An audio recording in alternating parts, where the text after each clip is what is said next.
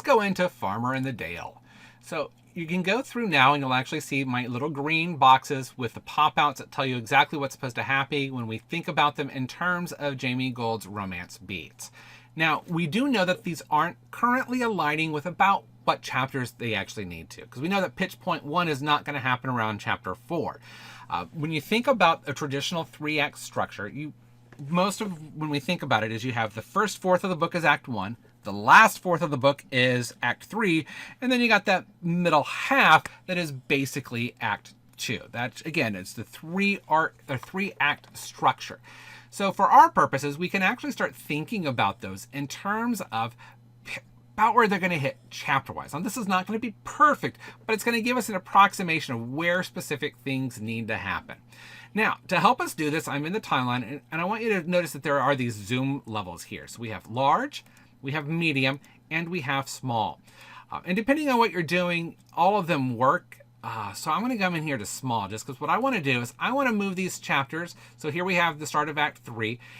We know that Act 3 is going to start somewhere in probably chapter 25. That's going to give us those last 6 chapters right there.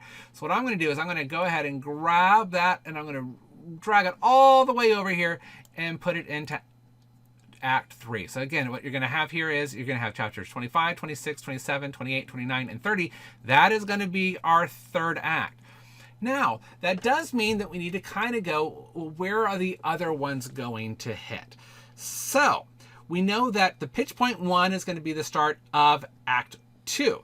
That is probably going to happen somewhere around chapter 9. So I'm actually going to grab that one, even though it's going to put it a little bit out of order right now, and move it. So there we have, oops, that was the midpoint. Move that over a little bit further. So we have Act 2 starts here. That's what I want to happen in chapter 9. So the midpoint, if you actually can kind of almost look at these, you can almost eyeball it. It's going to be somewhere right about here between those 2 little slots, between chapter 16 and 17.